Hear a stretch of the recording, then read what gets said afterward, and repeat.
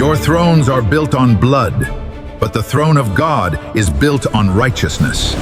The only man who walked against the flood of sin, breaking the law of the grave, to step straight into heaven without ever tasting death. Turn off your phone, turn on your spirit. Enoch's journey begins right now. 10,000 flaming swords behind him, a bottomless abyss before him.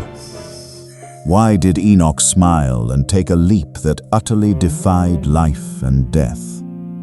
The bare, weathered and bleeding feet of Enoch stood precariously on the absolute edge of a sheer cliff. Right behind him, a thick cloud of dust billowed from the thundering hooves and marching boots of the colossal Nephilim army. There was no turning back. Death itself had already brushed against the hem of the shepherd's cloak. He turned his head, looking straight into that frenzied empire of violence, and let out a smile of surreal, otherworldly peace. His lips parted, releasing a single declaration that shattered the arrogance of all creation. The death you use to dominate this world has never been my end. With those final words, Enoch leaned backward, casting himself into a free fall through the infinite void of the canyon. Suddenly, a brilliant beam of heavenly light tore through the clouds, swallowing his body mid-air. Enoch vanished into the radiance, leaving the cliff completely empty before the terrified, bewildered gazes of the giant monsters. The scenery shifts, carrying us back through the tides of time to many years prior to witness the brutal reality of the antediluvian era. Looking down from above, the earth was no longer a lush, verdant garden of Eden. It was a planet choked by dense black smoke billowing from the fiery forged cities of Cain's lineage. The harsh, cold clanging of hammers striking iron anvils echoed through the nights, where humanity frantically forged weapons to slaughter one another. This was an age where violence was worshipped as a new religion, and the raw muscle of the Nephilim demigods reigned as the supreme law. Holiness was buried deep within the earth, and every seedling of faith toward the Creator was ruthlessly hunted down and extinguished. The world had rotted to its very core. Cradling his infant child amidst the roaring thunders of war, what will Enoch do to fulfill a blood-sealed oath to protect his son's soul from the relentless hunting of the dark? In the depths of that pitch-black night, inside a tattered tent far removed from the violent capital, Enoch was kneeling beside a flickering fire. In his arms he held his firstborn son, Methuselah. Gazing into the crystal-clear eyes of the child, Enoch felt a suffocating pressure regarding the boy's future, knowing he would be hunted and corrupted by the shadows.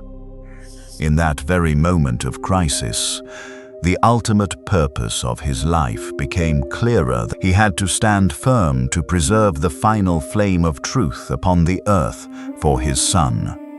Enoch laid his boy down on a straw mattress, drew a small dagger from his hip, and made a decisive cut across his palm.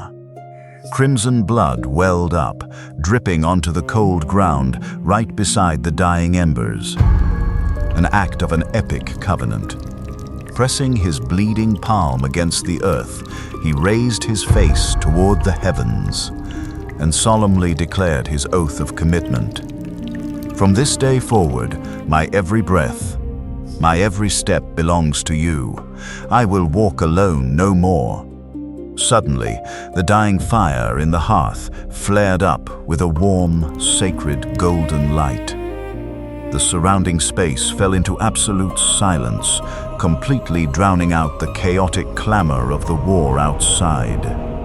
From that fateful night, the great journey of companionship, of a 3-century covenant between a mortal man and the Most High, was officially established. Begin his 300-year journey of companionship to keep his family completely holy.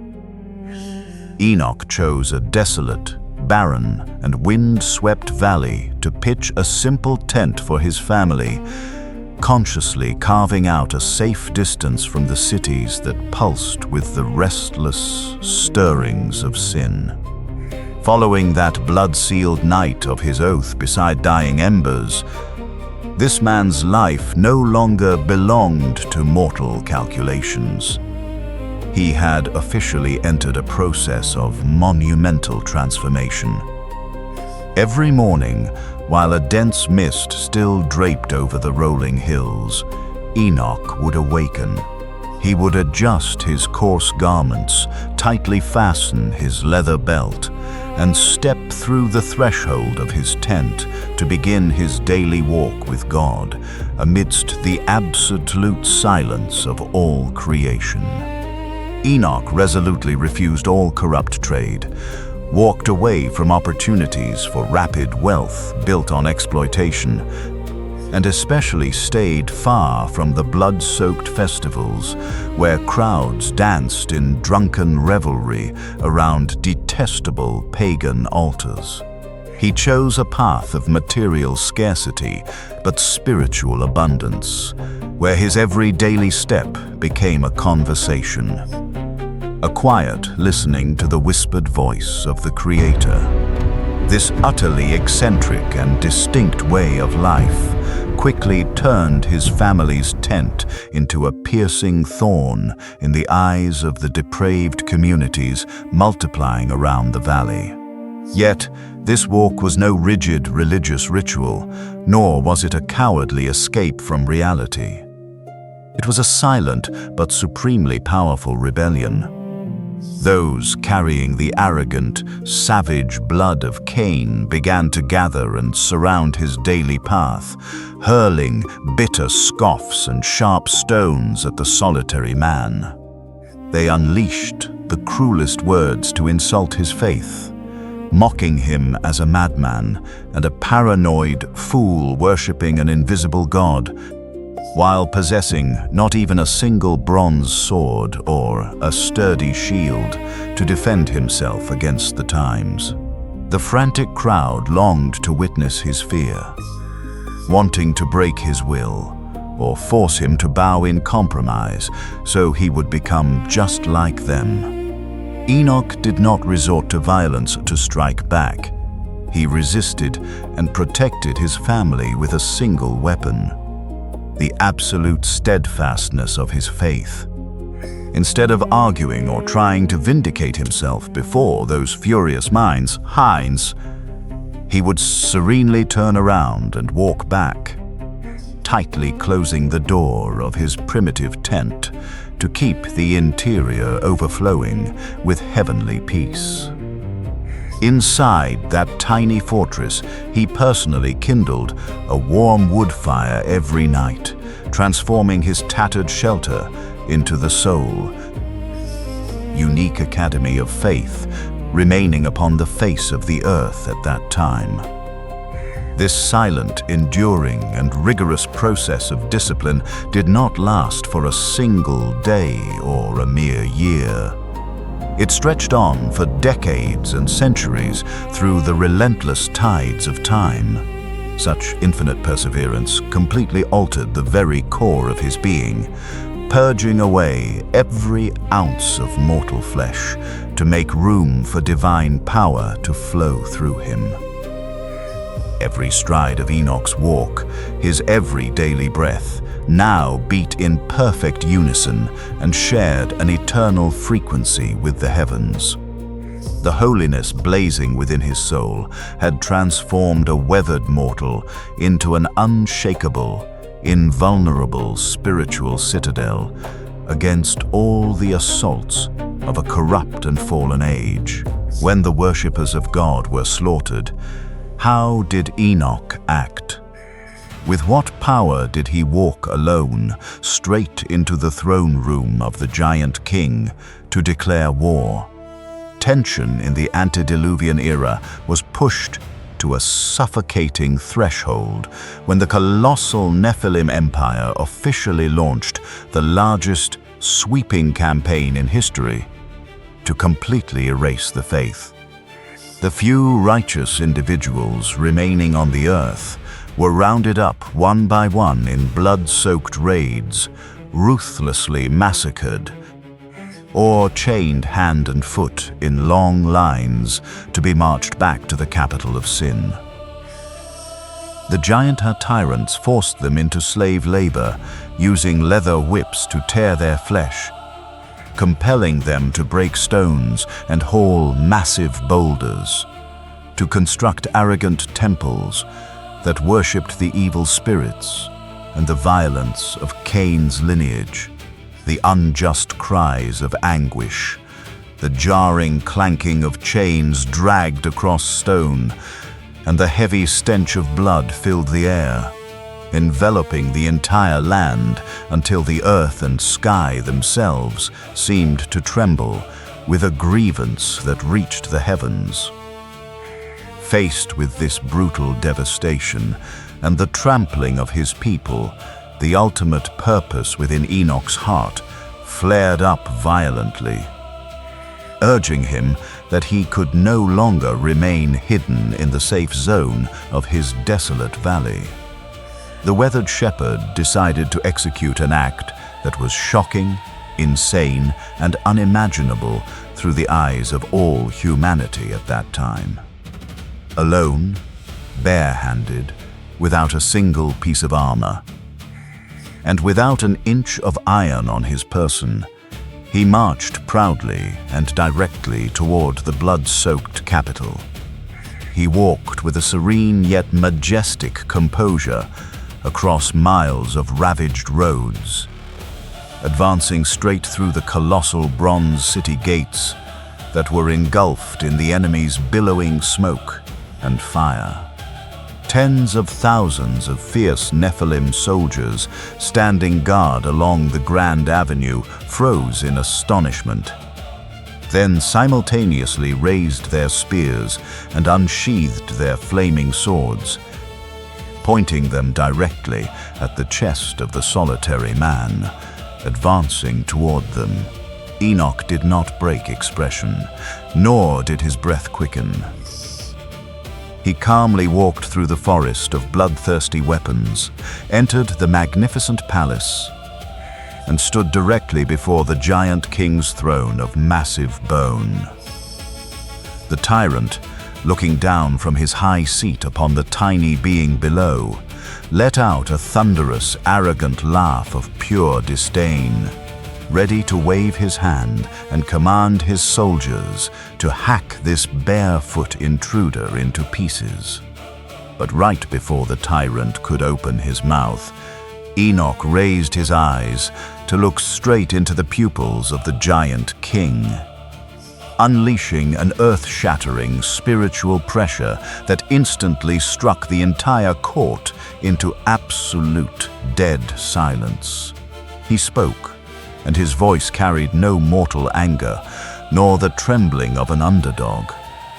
Instead, it resonated, deep and majestic, like a thunderclap ripping across the sky, bearing the supreme authority of a heavenly oracle. Your thrones are built on blood, but the throne of God is built on righteousness. The ironclad declaration, carrying the weight of an epic saga, utterly shattered the extreme arrogance of the empire, causing the surrounding soldiers' limbs to go weak as they dropped their weapons onto the cold stone floor. The tyrannical giant king stood up from his throne, trembling in sheer terror, sensing an invisible sacred power from eternity, enveloping the solitary shepherd, transforming him into the supreme representative of justice, confronting the dark, becoming the #1 target of a global Meinhaupt. What What secret weapon did Enoch deploy to shatter the illusions and seductive whispers of evil spirits within the stone forest every night? Following his earth-shattering oracle that left the capital in ruins, the giant king went mad with humiliation. He officially decreed a total, comprehensive manhunt, placing a bounty of 10,000 gold pieces on the head of Enoch.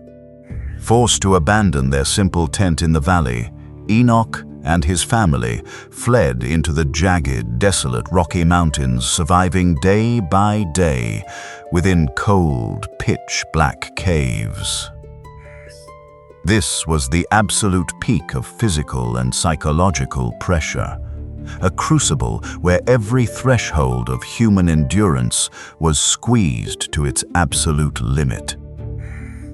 The darkness did not merely hunt him with the arrows and blades of tens of thousands of soldiers frantically scouring the cliffs outside. It launched a frontal assault directly upon his soul through a brutal spiritual war each and every night. Whenever nightfall draped over the barren stone forest, ancient demonic forces began to manifest, flooding into the damp confines of the cave. They unleashed brilliant, phantom illusions, materializing vistas of vast wealth, regal thrones, and overflowing golden treasures in a desperate bid to sway him into abandoning the path of righteousness. Then, seeing him remain completely unmoved, the illusions abruptly inverted into horrifying nightmares. Enoch did not panic or wildly swing steel weapons into the empty air. Instead, he knelt upright upon the cold stone floor, closed his eyes, and anchored his entire spirit into a silent prayer directed toward the Creator. He used silence to swallow the roaring clamor of the demons and invoked the holy name of God as a shield to shatter every single toxic whisper. The phantom black smoke roared in agonizing defeat before vanishing into nothingness. When he opened his eyes, the kingdom of darkness had completely retreated. The vision of the great deluge struck. Time upon the earth was running out. How did Enoch race against death to hand down the prophetic scrolls to the generations to come? During a serene night atop a desolate mountain, God ushered Enoch into a surreal chamber of visions, moving far beyond the finite timeline of humanity. The earth beneath his feet began to shake violently. The sky collapsed into rolling torrents of black clouds, and colossal tsunamis from the deepest oceans abruptly surged tens of thousands of feet into the air. The roaring floodwaters swept through the land, swallowing every fortified city and magnificent temple, utterly obliterating the tyrannical empire of Cain's lineage and the Nephilim, giants within a boundless sea of water.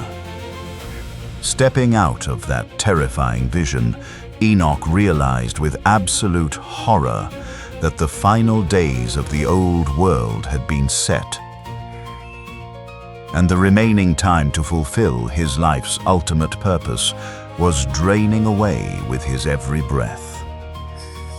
The great traveler immediately entered a fierce, relentless race against death to preserve the last flame of truth upon the earth. For months on end, night after night, beneath the dim and dying glow of a fading oil lamp, Enoch's weathered yet unwavering hands tirelessly etched word after word, copying the entire apocalyptic vision onto thick leather scrolls.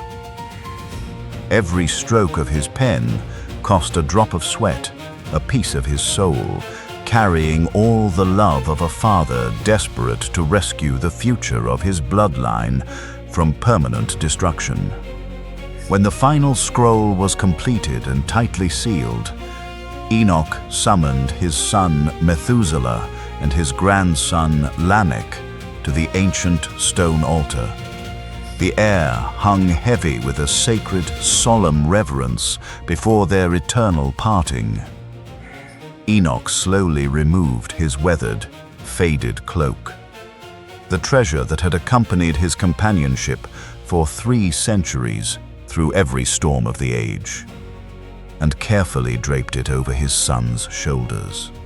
He then tenderly placed the priceless prophetic scrolls into their hands, the sole and ultimate spiritual treasure of humanity at that time.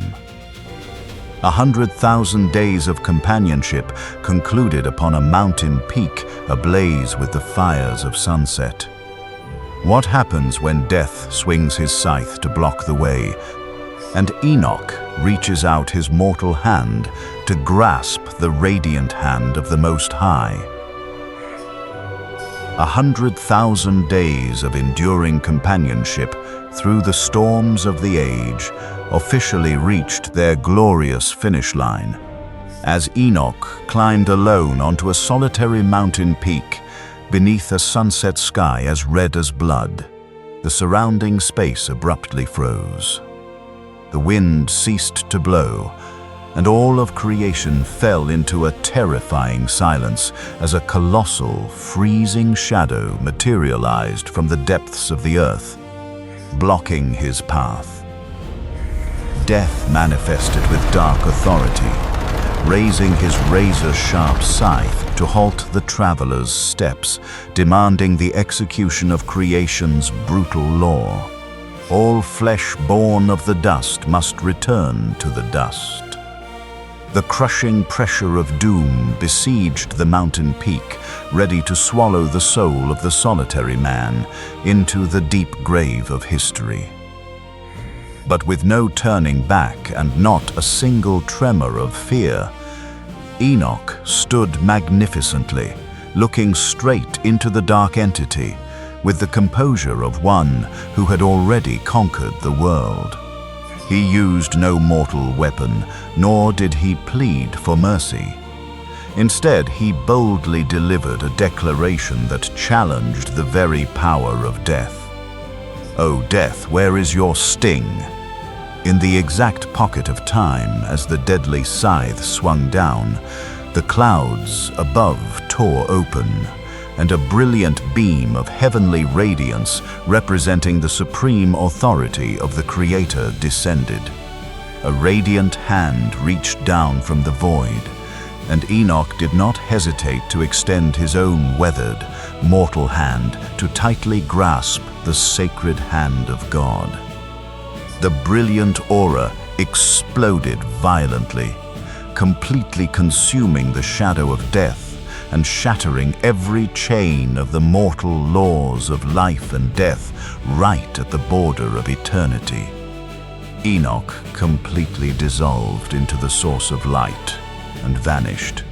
Upon the cold earth, nothing remained but his empty cloak, marking an unprecedented triumph, passing through the gates of mortality without ever needing a grave. Enoch conquered the gates of mortality without ever needing a grave. But what survival secret did his monumental journey leave behind for you amidst today's high-pressure digital world? The imagery of the ancient mountain peak gradually fades, bringing us back to reality before a warm campfire, flickering and burning amidst the darkness of the modern world. The epic saga from 3,000 years ago suddenly touches 21st century life, where each of us faces a brand new kind of Nephilim world.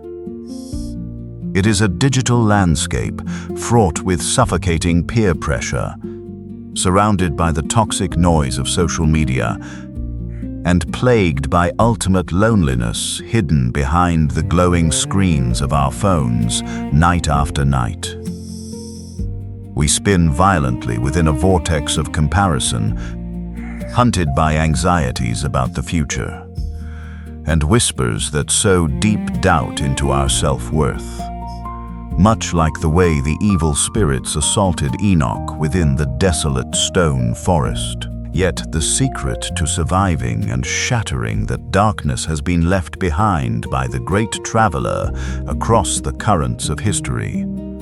Know how to shut out the toxic clamor of the outside world, practice slowing down, and begin to forge a covenant of peace within your own soul.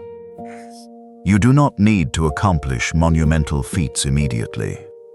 The journey of companionship begins with the quietest daily steps. A prayer in the stillness, a choice to reject falsehood, and an act of kindness extended to those around you.